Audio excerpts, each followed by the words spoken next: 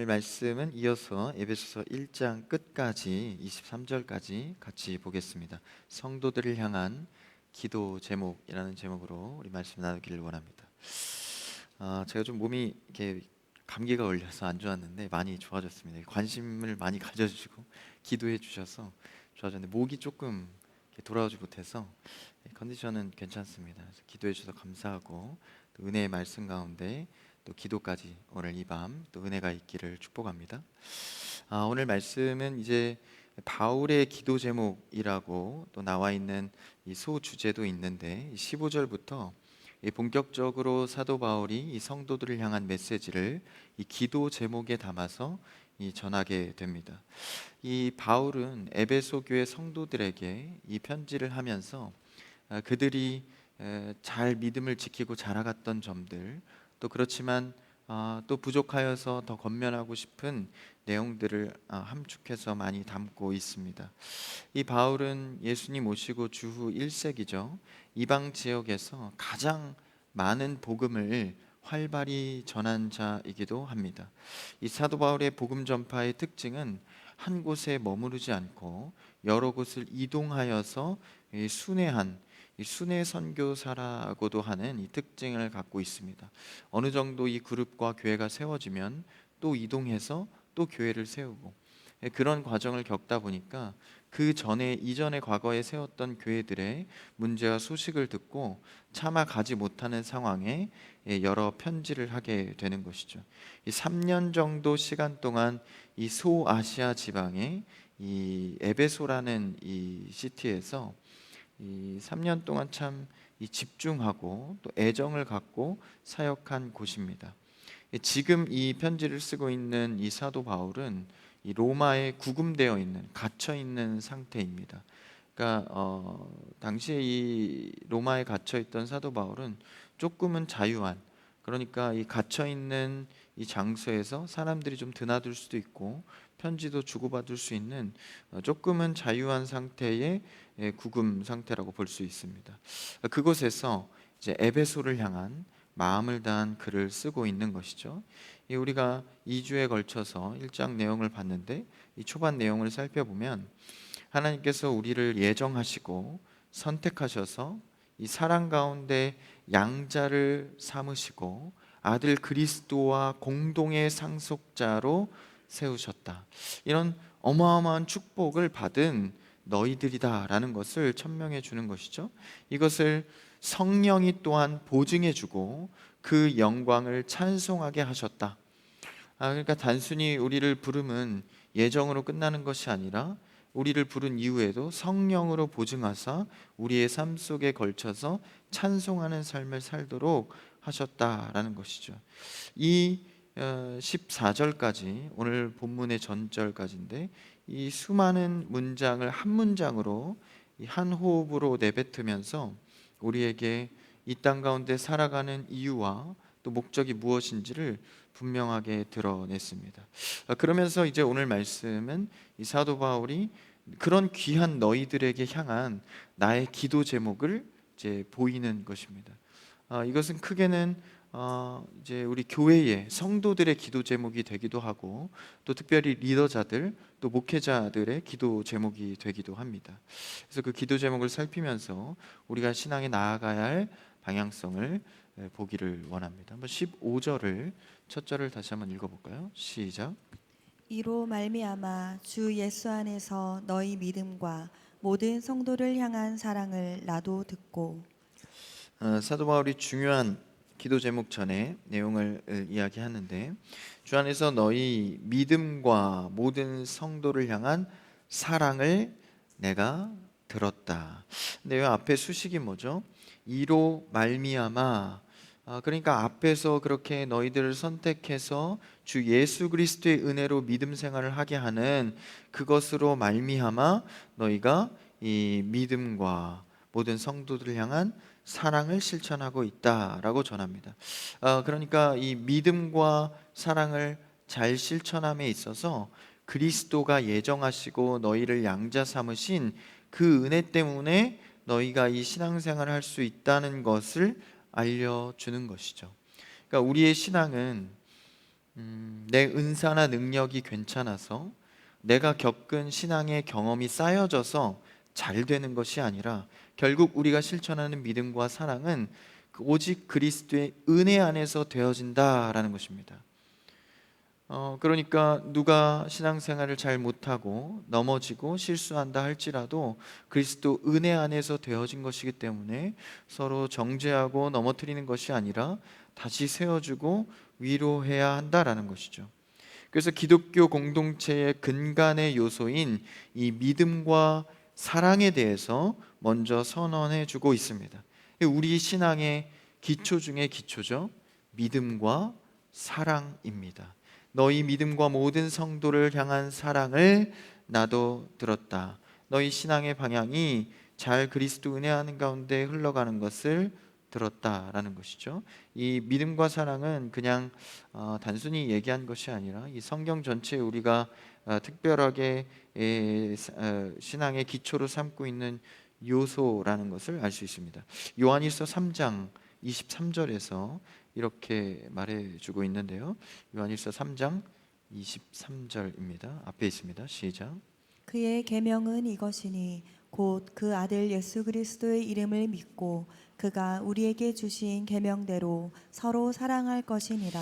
그의 계명은, 성경의 말씀은 아들 예수 그리스도의 이름을 믿는 것과 그 믿음의 은혜대로 서로 사랑하는 것이다 라는 것이죠. 이 계명의 핵심입니다. 그러니까 믿음과 사랑의 공동체. 우리는 예수님을 잘 믿고 바르게 믿는 믿음 안에서 서로 사랑하는 공동체 되기를 축복합니다. 이것이 성경과 하나님이 가르쳐 주시는 공동체의 특징이다라는 것이죠.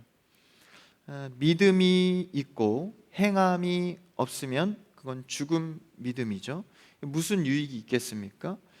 행함이 없는 믿음, 이것은 사실 믿음은 있는데 사랑의 표현이 부족하다라고 말하지만 사실 이것은 믿음도 약하다는 것입니다.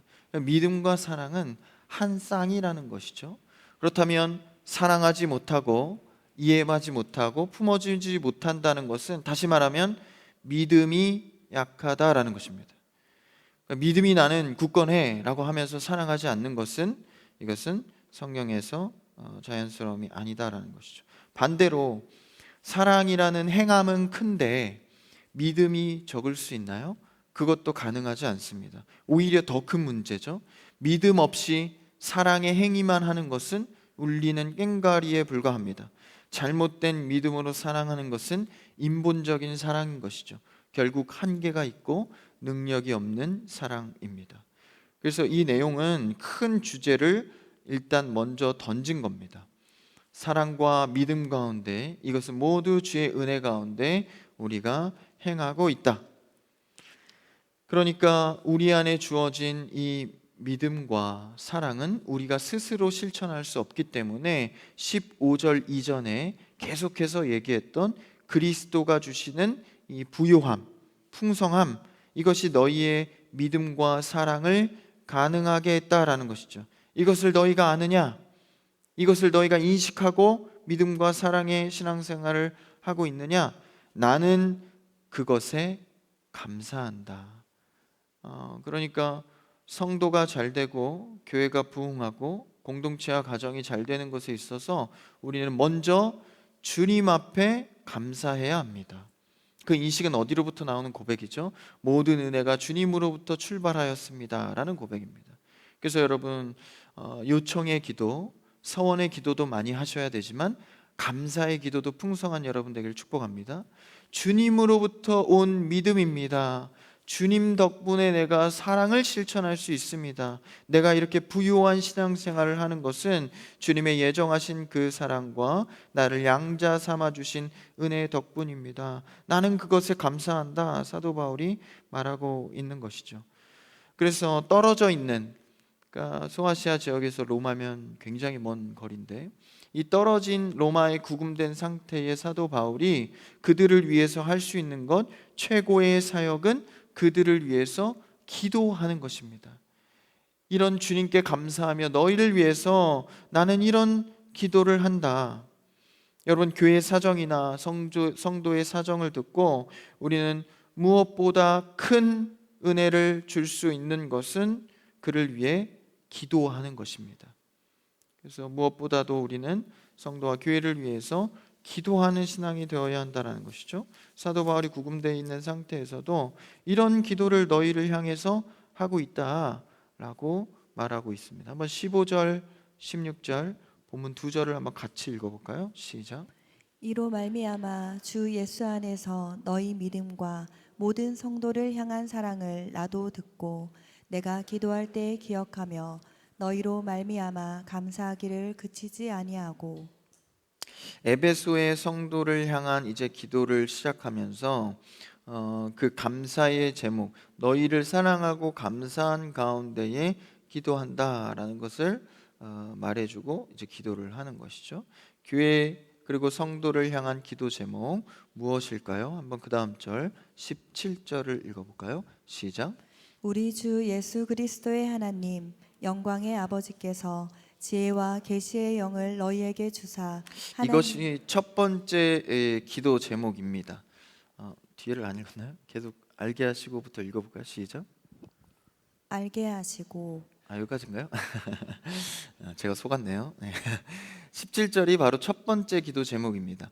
지혜와 계시의 영은 성령님을 의미하죠. 우리는 믿을 때에 이미 성령님의 은혜로 믿게 된 줄 믿습니다. 근데 그 성령의 어떤 역할을 구합니까? 지혜와 계시의 영. 그러니까 누구든지 성령으로 말미암아 그리스도를 주라 시인하는데 그 안에 이해하고 채워지는 지식만으로 되는 것이 아니라 성령이 주시는 지혜가 있어야 한다라는 것이죠. 그러니까 우리가 주를 믿고 말씀을 깨닫는 것은 우리에게서 나오는 것이 아니라 성령님이 나에게 그 지혜를 넣어주신 것이다 라는 거예요. 그러니까 복음의 신비죠. 우리가 복음을 전할 때에도 그 듣는 자가 어떤 이해와 설득을 갖고 듣는 게 아니라 그 안에 성령의 지혜가 밀어 넣어져야 이게 믿어질 수 있다라는 것이죠. 그러니까 어차피 우리의 말주변이나 우리의 언변이나 좋은 재료로 되는 게 아니다라는 거예요. 이게 복음의 신비입니다. 그러니까 어린아이나 나이가 있는 자나 상관없이 복음을 전할 수 있는 거예요. 왜냐하면 그 안에 심겨지고 깨닫게 하시니 성령이 하시니까. 이게 다른 세상의 지식과 다른 점입니다. 여러분, 이 복음의 신비 가운데 우리가 어디 가서든지 담대히 복음을 전할 수 있는 여러분 되기를 축복합니다. 그러니까 믿는 자가 복음만 손에 쥐면 담대할 수 있는 거예요. 3분 브릿지로 손에 쥐었잖아요. 그래서 그 복음의 신비가 바로 그 안에 있는 것이죠. 담대하지 않을 이유가 없는 거예요. 뭐 많이 배운 자가 복음을 잘 전하 그런 게 아닙니다. 누구든지 성령으로. 그래서 오늘 그들에게 구한 것은요, 사도 바울이 17절에 아버지께서 지혜와 계시의 영을 너희에게 주사. 여러분, 이 밤 기도할 때 성령이 주시는 지혜와 계시의 영이 충만하기를 축복합니다. 내가 믿을 때 내 안에 들어오셔서 믿을 수 있게 해주신 분은 성령의 지혜라는 거예요. 그리고 평생의 그 지혜가 나를 은혜 가운데 채워주시는 것이죠. 말씀은 성령의 조명을 통하여서 우리가 알 수 있습니다. 그러니 우리가 살아갈 때도 우리의 경험으로 살아가지 마시고 날마다 공급해 주시는 성령의 은혜로만 사는 여러분 되기를 축복합니다. 공급해 주시는 성령의 지혜로 우리는 살아가는 자들이죠. 그러니까 기도하지 않고 주를 의지하지 않고 말씀을 펴서 성령의 조명이 없이 살아가는 것은 성도 아니다라는 거예요. 그냥 무늬만 교회 다니고 성도라고 하면서 그 성령의 지혜를 구하고 의지하지 않는 것은 성도의 식대로 살아가는 게 아니다라는 것이죠. 그래서 성령으로 말씀을 깨닫고 자라가게 하십니다. 그래서 결국 어디로 향하게 합니까? 그 성령의 지혜가 17절 끝 말미에 보시면 하나님을 알게 하시고, 그러니까 성령의 지혜의 큰 관심의 목적은요, 결국 하나님을 알게 하신다라는 겁니다. 그러니까 여러분, 우리가 좋은 기도의 응답을 받는 것도 결국 뭘 알게 하시죠? 하나님 살아계시구나. 하나님이 나에게 이렇게 역사하시는구나. 야, 나에게 이런 응답을 하시네. 하나님을 찬양하게 되는 것이죠. 결국 그 끝에 성령의 지혜의 목적은 하나님을 알게 하신다라는 거예요. 여러분, 하나님을 알게 될 때 삶이 풍성하게 될 줄 믿습니다. 그러니까 좋은 것 응답 받아서 풍성해지는 게 아니라 그 응답으로 말미암아 하나님을 알게 되는 경험, 이것이 바로 우리의 삶을 풍성하게 한다라는 것입니다. 그래서 좋은 것을 누리다가 성경의 인물들에는 망하게 된 사람들이 있어요. 이스라엘 백성들도 망하게 되는 경우들이 있거든요. 사실 그때 가장 뭘 많이 압니까? 하나님에 대해서 가장 많이 압니다. 애굽에 있을 때는 하나님을 잘 몰랐습니다. 광야에서 아무것도 없는 척박한 땅에서 하나님이 누구인지를 가장 많이 알았다라는 것이죠.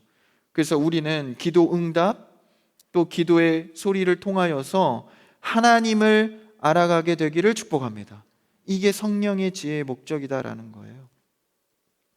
그래서 그분은 나에게 어떤 분인가, 단순히 하나님은 창조자, 나를 구원한 분, 이 정도가 아니라 나에게 어떻게 역사하시는 분인가, 아버지이신 분, 나를 만드시고 나를 도우시는 분, 하나님이 나에 관하여서 어떤 분인가를 알아가야 한다라는 것이죠. 그것이 우리의 관심이 되어야 하고 성경의 관심이기도 합니다. 그래서 성령님의 지배를 받고 성령과 가까운 자는 하나님이 누구이신지를 알아가게 됩니다. 그래서 인간의 경험과 지식의 불안정 속에서 우리는 확실한 성령의 지혜로, 하나님의 지혜로 우리의 삶을 알아가는 것이죠. 세상의 경험과 지식으로 우리의 삶을 대입해서 알아가려면 불안정한 것, 그리고 실제 그렇게 되지 않는 것들이 오류가 많습니다. 책의 몇 가지 지식, 유튜브에 떠도는 몇 가지 영상을 통해서 세상을 다 통찰한 것처럼 얼마나 많은 오류와 상처를 우리 속에서 재생산해냅니까? 마치 놀라운 지식과 신지식이 나에게 삶을 책임져 줄 것처럼. 그러나 그런 몇 번의 경험치로 세상의 사태와 나의 상황을 판단하는 것은 불가능합니다. 심지어 요즘 같은 빨리 변하는 트렌드의 세상 속에서는 더욱 맞지 않습니다. 급변해가는 시대 속에서 새로운 것이 나타날 때 내가 겪은 고작 조금의 경험으로 해결하는 것은 불가능한 것이죠. 그래서 진짜 통찰은 성령이 주시는 지혜와 말씀의 계시의 영으로 확답을 얻을 수 있다라는 것입니다. 여러분, 성령을 통해서 확신의 답변을 얻는 여러분 되기를 축복합니다. 몇 가지 지식과 경험으로 내 삶을 스스로 책임질 수 없습니다. 사람의 말에 그러니 너무 흔들리지 마시고 성령이 주시는 지혜와 성경에서 말하는 계시의 영으로 살아가는 여러분 되기를 바랍니다. 그래서 그런 계시의 영으로 하나님을 알아가는 풍성함을 누려라 라고 이것을 기도하고 있습니다. 오늘 이 밤에도 기도할 때 주님, 나에게 지혜의 영과 계시의 영을 주셔서 세상을 경험으로만 통찰하는 것이 아니라 내 삶을 경험으로만 해결하는 것이 아니라 주의 음성으로 해결하게 하옵소서. 이 지혜의 영을 구하는 이 밤 되기를 바랍니다. 두 번째는 어떤 기도를 합니까? 18절 그 다음 절 19절 두 절을 한번 읽어볼까요? 시작. 너희 마음의 눈을 밝히사 그의 부르심의 소망이 무엇이며 성도 안에서 그 기업의 영광의 풍성함이 무엇이며 그의 힘의 위력으로 역사하심을 따라 믿는 우리에게 베푸신 능력에 지극히 크심이 어떠한 것을 너희로 알게 하시기를 구하노라. 너희로 또 뭔가를 알게 하시기를 구하는데요. 근데 그 초입이 뭡니까? 18절 초반에 보시면 너희 마음의 눈을 밝히사, 그 뒤에 쭉쭉쭉쭉 이 풍성한 것을 알게 하기를 원한다. 그러니까 두 번째 기도 제목의 핵심은 바로 18절 초반에 마음의 눈을 밝히사입니다. 하나님이 그리스도를 통해서 우리에게 신앙의 풍성함을 제공할진대 누리게 되길 원하는데 그 앞서서 우리는 마음의 눈이 밝아져야 한다고 기도하고 있습니다. 마음의 눈은 앞서 드린 첫 번째 기도 제목과 다르게 이 지혜의 영과 다르게 실제 보지 못하는 것을 보게 되는 능력을 말합니다. 그러니까 이것은 하나님이 준비한 것을 보게 되었다라는 것이죠. 늘 우리에게 하나님께서 준비하시는 것은요, 실제 보이지 않았다가 나중에 그 결과값을 깨닫게 되는 경우가 대부분입니다. 그래서 우리는 늘 하나님의 일 가운데 먼저 이 볼 수 있는 영적인 눈의 믿음이 필요한 것이죠. 그게 바로 오늘 두 번째 사도 바울이 기도한 마음의 눈입니다. 주님의 마음과 합하여서 그분이 보는 것을 나도 보게 되는 것.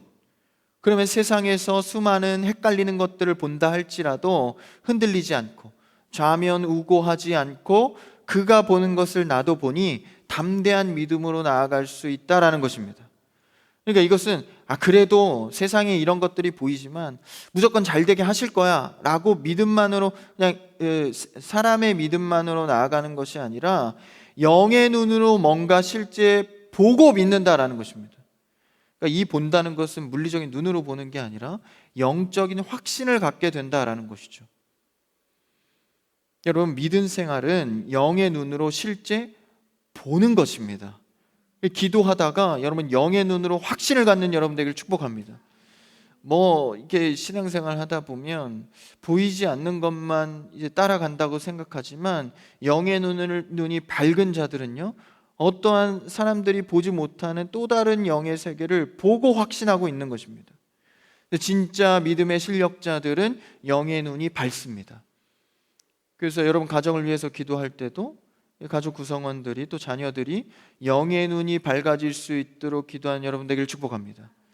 그러면 이제 의심이 되지만 흔들리지만 한번 믿어보자, 도박적인 믿음이 아닙니다. 여러분, 신앙인들은요 영의 것을 보고 확신하여 믿는 것입니다. 비록 이 육신의 질고가 있기 때문에 세상에 눈에 보이는 것들의 현혹 때문에 헷갈릴 때가 많을 뿐이지 결국 영의 눈으로 확신한 것에 거하면 주의 일들을 보게 된다라는 것이죠. 오늘 이 밤 이 마음의 눈이 열려져 주님의 확신 속에 신앙생활하는 여러분 되기를 축복합니다. 이 성경에서도 그런 장면들이 나오거든요. 구약의 이스라엘 백성들이 이 아람 군대가 이제 이스라엘을 포위한 적이 있습니다. 엘리사 때인데 수많은 아람의 강대국이 이스라엘을 둘러 에워싼 겁니다. 그러니까 청년 사환이 그 장면을 눈으로 보고 놀란 거예요. 그래서 우린 망했다. 이 수많은 이 군사들, 말과 병거들을 보니 우린 이제 탄식하며 망했다고 생각한 거예요. 그래서 엘리사를 보면서 이제 어찌해야겠습니까? 탄식하며 말했거든요. 그러니까 희망이 없이 그냥 던져보는 거예요. 어찌할까? 눈에 보이는 것만 보고 두려워한 겁니다. 그때 주의 사람 선지자 엘리사가 두려워하지 말아라, 우리가 저들의 병거보다 훨씬 많다라고 말합니다. 무엇을 받길래 실제 그 사환이 눈으로 본 것과 다른 이야기를 할까? 그때 엘리사가 그 사환을 놓고 기도합니다. 주님, 내가 본 것처럼 저 청년 사환의 눈도 열어주셔서 영의 눈으로 보게 하옵소서. 영의 눈을 열어달라고 기도하니까 그 사환의 눈이 열려서 정말 영의 것들을 보게 됩니다. 그래서 나가서 다시 보니까 천사와 하나님께서 보내신 불말과 불병거가 그들보다 더 많이 가득한 것을 보게 됩니다. 하나님의 예비하심을 그제야 본 것이죠. 그래서 실제 눈으로 보는 것은 두려웠지만 영의 눈을 떠서 보니 하나님의 계획이 보이면서 흔들리지 않을 수 있었다라는 것입니다. 우리도 기도하며 하나님의 확신한 것에 영의 눈으로 보게 되면 더 이상 두렵지 않게 되는 것이죠. 그래서 미리 보고 있던 선지자 엘리사가 그것을 보게 해달라고 기도한 겁니다. 참 아름다운 장면이죠. 육의 눈으로 사는 자에게 영의 눈을 띄워달라고 먼저 된 자가 기도하는 것입니다. 이것을 보면 하나님께서 이루어 가시는 경륜을 성도가 보게 되는 은혜를 누리는 것입니다. 세상의 현상만 보고 있으면 하나님의 일을 볼 수 없습니다. 하나님의 법으로 그의 경륜을 볼 수 있는 신앙생활 할 수 있기를 축복합니다. 우리가 그의 경륜을 함께 보게 된다는 것, 얼마나 감격스러운 일입니까? 그래서 이것을 볼 수 있도록 마음의 눈을 열게 해달라고 사도 바울이 기도하고 있는 것이죠. 전에 보지 못했던 것을 이제 보게 되면, 더 큰 것들을 보게 되면 전에 봤던 것들이 그렇게 커 보이지 않는 것이죠. 아이들도 손에 쥔 것을 놓게 하는 방법이 무엇이죠? 근력으로 이렇게 손가락을, 새끼손가락을 이렇게 하면, 그게 아니라 더 좋은 것을 그 손에 쥐어주면 놉니다. 그렇죠? 물론 이제 안 놓는 아이들도 있어. 둘 다가 아니라. 더 좋은 것을 보게 되면 작은 것에 집착하지 않습니다. 영의 눈으로 하나님의 좋은 것들을 보게 되면 내 마음에 근심하고 마음 쓰던 것들이 놓임을 받게 됩니다. 오늘 이 밤 기도할 때 영의 눈이 열려지는 축복이 있기를 바랍니다. 그래서 세상에 이 무거운 것 같은 근심이 놓임받게 되는 그런 역사가 우리 안에 있어지기를 원하는 것이죠. 이 사도 바울이 그것을 원하여서 이 18절에 마음의 눈을 밝히사 그 눈을 열어주신다면 너희들이 이 풍성함이 무엇인지를, 그의 풍성함, 그의 계획이, 그 19절의 힘의 위력이 무엇인지 알게 될 것이다 말하죠. 그래서 18절에 중요한 얘기를 하나 하는데, 하나만 보죠. 너희 마음의 눈을 밝히사 그의 부르심의 소망이 무엇인지를 알게 된다. 사실 이게 가장 중요한 거거든요. 그러니까 하나님이 나를 왜 성도로 불렀을까? 이것에 대한 소망을, 영의 눈이 열려짐을 알게 된다는 것. 사실 우리가 다 아는 겁니다. 죄사함의 은혜, 나를 부르셨을 때 구원해 주신다는 것, 또 부활의 영생을 얻게 되는 것, 이것이 부르신 소망이라는 것이죠. 근데 이것이요, 영의 눈이 안 열려지면 이게 소중한지 모르는 거예요. 그러니까 지식적으로 아는 믿음은요, 야, 우리를 구원해 줬어, 참 놀라운 일이야, 좋다 하지만 삶 속에서 그렇게 큰 감격이 없습니다. 영의 눈이 열려져서 부르신 소망의 이 구원을 누리는 자는 그 감격이 다릅니다. 매일 찬양의 입술이 나오는 거예요. 매일 찬양의 소리가 나오는 겁니다. 그래서 같은 말씀을 봐도, 같은 찬양을 불러도 내 눈에 눈물이 멈추지 않는 것은 영의 눈이 밝아져 부르심의 소망이 다시금 회복된 것이죠. 여러분, 성도의 신앙생활은요, 영적으로 하는 것입니다. 그래야 감격이 있고 삶에 감사가 있는 것이죠. 이러한 소망이 우리에게 주어졌을 때 은혜와 감사가 있다라는 것입니다. 이 소망이 진짜 내 것이 되는 것, 그게 바로 영의 눈으로 보게 되는 것이죠. 그래서 우리가 먼저 이 믿지 않는 자를 위해서 기도해야 할 것은, 주님, 저 마음의 눈, 영의 눈이 열려지게 하옵소서. 우리가 아무리 좋은 것을 전해도 영의 눈으로 보지 않으면 이게 귀한 걸 모르지 않습니까? 이게 바로 우리 성도가 누리는 특권이자 소망의 힘입니다. 그러면서 이 소망을 더욱 힘있게 하는 것은 뭐라고 하죠? 바로 역시 이 소망을 더욱 우리에게 힘주는 것은 예수 그리스도라는 힘, 그 이름이 있기 때문에 이 소망을 확신할 수 있다라는 얘기를 합니다. 한번 그 19절을 한번 읽어볼까요? 19절 시작. 그의 힘의 위력으로 역사하심을 따라 믿는 우리에게 베푸신 능력의 지극히 크심이 어떠한 것을 너희로 알게 하시기를 구하노라. 그분의 힘이 크다, 예수 그리스도를 말하죠. 그것을 너희 삶 속에서 마음의 눈이 밝아져 알기 원한다. 그래서 이제 예수 그리스도의 얘기를 본격적으로 합니다. 20절 읽어볼까요? 시작. 그의 능력이 그리스도 안에서 역사하사 죽은 자들 가운데서 다시 살리시고 하늘에서 자기의 오른편에 앉히사. 예수님의 능력의 근거로 이제 부활에 대한 얘기를 합니다. 다시 살아난 부활의 능력, 인류의 가장 큰 근심이 무엇입니까? 해결되지 않는 것이 바로 죽음입니다. 죽음의 문제를 해결한 분 오직 그리스도다라는 얘기를 하면서 부활의 얘기를 하거든요. 근데 여기 본문에서는 부활의 첫 열매에 대한 설명을 하는 것은 아닙니다. 부활의 첫 열매가 되셨으니 우리도 부활할 거다, 그 주제가 아니라 하늘에서 자기 부활하셔서 오른편에 앉으셨다. 그러니까 구약의 예언이 그대로 성취됐다. 구약의 예언을 볼까요? 시편 110편 1절에서 2절인데요. 읽어봅시다. 시작. 여호와께서 내 주에게 말씀하시기를 내가 내 원수들로 내 발판이 되게 하기까지 너는 내 오른쪽에 앉아 있으라 하셨도다. 여호와께서 시온에서부터 주의 권능의 규를 내보내시리니 주는 원수들 중에서 다스리소서. 이 발판은 로마 황제가 보좌에 앉았을 때 그 밑에 다리를 올리는 판입니다. 근데 이게 의자랑 이어져 있거든요.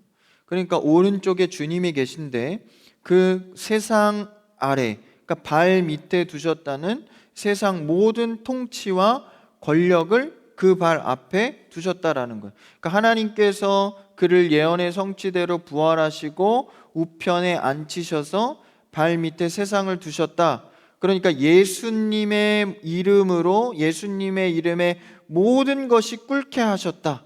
하나님이 그렇게 설정하셨다라는 거예요. 그러니까 모든 인류를 그 발 앞에 두셔서 그리스도를 통해서 세상이 통치되게 된다라는 것이죠. 그리스도를 통해서 세상이 통치된다는 것은 우리가 그리스도를 통해서 살아야 세상을 이길 수 있다라는 것입니다. 그것을 확신해 주고 있는 거예요. 너희가 무슨 힘으로 살아가느냐? 영의 눈과 마음의 눈이 밝아져서 너희가 소망하는 것에 확신하는 것, 그것은 그리스도를 통해서 가능하다. 그러면서 본문으로 돌아와서 22절에 이렇게 말씀하시죠. 22절 시작.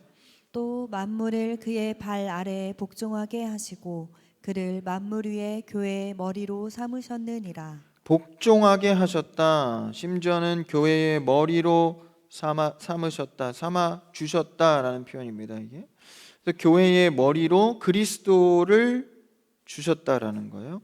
그러니까 이는 만물의 주인이신데 교회 성도의 머리가 되어서 통치하신다라는 것이죠. 그리고 교회에는 그분이 머리가 되시고 각 지체가 우리가 되니, 한번 23절을 읽어볼까요? 23절 시작. 교회는 그의 몸이니 만물 안에서 만물을 충만하게 하시는 이의 충만함이니라. 교회의 머리 되신 분이 몸이 된다라는 거예요. 다시 말하면 우리가 그 몸의 각 지체가 된다라는 것입니다. 그분과 연합하여서 그분의 머리의 통치에 따라 그분의 몸의 각 지체가 되는 것이죠. 그러면서 우리를 공동의 상속자로 삼아주지 않았습니까? 그러니까 이 교회를 통해 세상의 승리를 약속하셨기 때문에 우리는 교회의 지체가 되어서 그분을 통해서 살아가야 한다라는 것입니다. 교회는 인간의 고한물이 아니라 그리스도의 몸된 교회로서 이 안에서 그리스도의 통치가 있고 머리 대신 그리스도가 세상뿐 아니라 교회를 통하여서 일하신다라는 것이죠. 그러니까 우리는 교회의 각 지체가 되어서 그가 주신 지혜와 지식과 영의 눈을 통해서 그분을 따르는 신앙생활을 해야 합니다. 교회는 단순한 하나님께서 허락하신 그냥 공동체가 아니라 초대교회 때부터 그리스도가 직접 다스리는 직접적인 공동체입니다. 각 지체가 우리가 되었기 때문이죠. 그래서 우리는 이 기도 제목에 따라서 그리스도의 머리 되시고 몸 되고 우리가 그 각 지체가 되어서 공동의 상속자가 되었다는 것, 이 확신 속에서 이 기도 제목을 우리에게 주고 있는 것이죠. 그래서 23절에 만물 안에서 만물을 충만하게 하시는 이 그리스도에 대한 확신을 선언하는 겁니다. 그리스도가 만물을 충만하게 하시는 이라는 것을 확신해라. 나는 이 이름으로 너희에게 기도하고 이 이름으로 너희가 살아가기를 원한다 라고 권면하고 기도하고 있는 것이죠. 여러분, 우리 이 사도 바울의 기도 제목을 통해서 지혜의 영과 그리고 마음의 영이 열려지는 역사 있기를 축복합니다. 그래서 그리스도의 모든 세상과 교회를 통치하시는 그리스도의 부르심의 소망이 있기를 바랍니다. 그래서 이 능력이 우리 가운데 충만하여서 그리스도를 통해서 영의 눈이 밝아지고 마음의 눈이 밝아져 말씀으로 살아가는 그 소망의 삶, 그것이 이루어질 수 있기를 축복합니다. 사도 바울의 기도 제목을 통하여서 오늘 이 밤 기도할 때 이 기도 제목이 우리의 기도 제목 되어서 우리의 신앙생활 속에 정말 영의 눈이 열려져 그리스도만 의지하여 살아가는 우리의 삶이 되기를 주님의 이름으로 축복합니다.